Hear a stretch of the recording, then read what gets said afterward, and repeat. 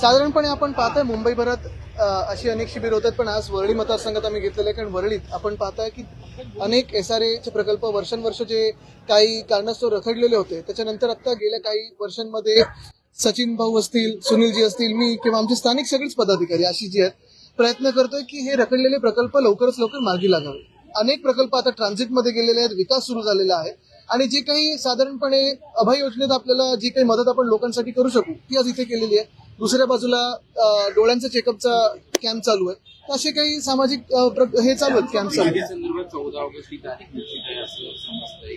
असं समजतंय, अधिकृतरित्या आमच्याकडे अजूनही काही आलेलं नाहीये. तरी देखील आम्हाला न बोलवता देखील जर लोकांच्या हाती चावे मिळत असतील तर आम्हाला आनंद आहे.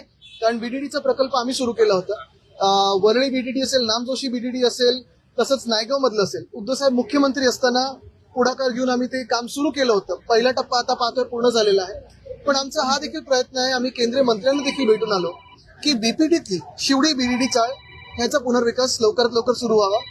मुख्यमंत्री महोदयांना अनेकदा पत्र लिहिलेली आहेत आणि हाऊसमध्ये देखील विषय घेतलेला आहे. पण तिथल्या नागरिकांचं असं म्हणणं आहे की आमच्यासाठी मिटिंग लावली जात नाही, कबुतरांच्या खाण्यासाठी. धक्कादायक ना, म्हणजे कबुतरांसाठी एवढं सगळं महत्व आणि जी लोक आहेत त्यांच्यासाठी BDD साठी मिटिंग लावली जात नाही, हे लोकांचा रोष तिकडचा. हे तर मूळ मुंबईकर आहेत. कबूतर खाण्यांसंदर्भात अजून एक प्रश्न प्रलंबित आहे. जाऊ दे, अजून चालू आहे ते कोर्टात. आणि महत्वाची गोष्ट एवढंच आहे की स्थानिकांना जे पाहिजे असतं तेच झालं पाहिजे. तिथे जे राहणारे नागरिक आहेत तेच झालं पाहिजे. कल्याण डोंबिवली महानगरपालिकेच्या आयुक्तांनी एक आदेश काढले, 14 आणि 15 तारखेला कोणीही नॉनव्हेज खाऊ नये. त्या दिवशी नॉनव्हेजची दुकानं बंद असतात. कशासाठी काय खुशी? 15 ऑगस्ट आहे त्याच्यामुळे. आणि हे आयुक्त कोण आहेत आम्हाला सांगायला आम्ही नॉनव्हेज खाऊ शकतो की नाही खाऊ शकत? मुख्य गोष्ट म्हणजे देशात आज हेच चाललंय. एका बाजूला आपण पाहतोय तिथून राष्ट्रपती ट्रम्प हे वेळोवेळी टॅरिफ वाढवत चाललेले आहेत. दुसऱ्या बाजूला आपण पाहतोय ब्रिज कोलॅप्स होत आहेत, रस्त्याने खड्डे पडलेले आहेत. पलावासारखा रस्ता एवढा खराब झालेला आहे.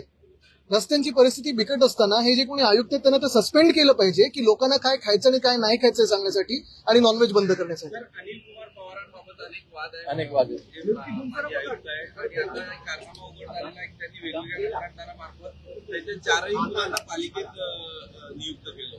मुख्य गोष्ट हीच आहे की ना, नियुक्त केलं कोणी? आणि तेही जरी असेल तरी हे गेले 3 वर्ष सरकार चाललेलं आहे.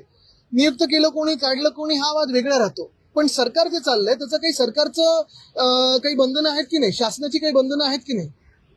सर्वांची नजर लागली आहे की दोन्ही ठाकरे एकत्र कधी येणार. वर्धीमध्ये देखील बॅनर लागले की मराठी अस्मितेचा मानबिंदू आणि त्यामध्ये बाळासाहेब ठाकरे, उद्धव ठाकरे, राज ठाकरे तुमचा फोटो आणि अमित ठाकरेंचा फोटो लागलेला.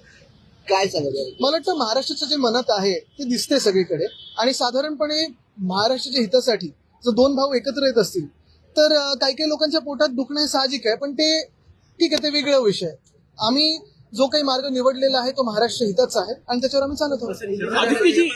पुन्हा एकदा मंडल यात्रेला सुरुवात केली जाते. 31 वर्षानंतर पुन्हा मंडळ होता येतोय.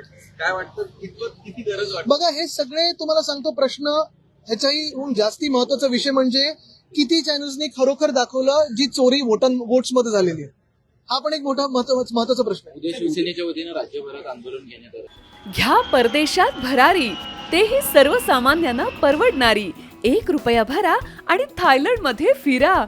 सचिन इंटरनॅशनल घेऊन आले आहेत जगातली सर्वात स्वस्त परदेश टूर. पूर्ण 5 दिवसांचं पॅकेज आता फक्त 32,999 रुपयांमध्ये. पॅकेजमध्ये विमान प्रवास, हॉटेल, ब्रेकफास्ट, ट्रान्सपोर्ट आणि प्रेक्षणीय स्थळे. सचिन इंटरनॅशनल 18 वर्षांपासून पर्यटन क्षेत्रातील एक विश्वसनीय नाव. सचिन इंटरनॅशनल सोबत मनसोक्त फिरा. संपर्क 7767989898.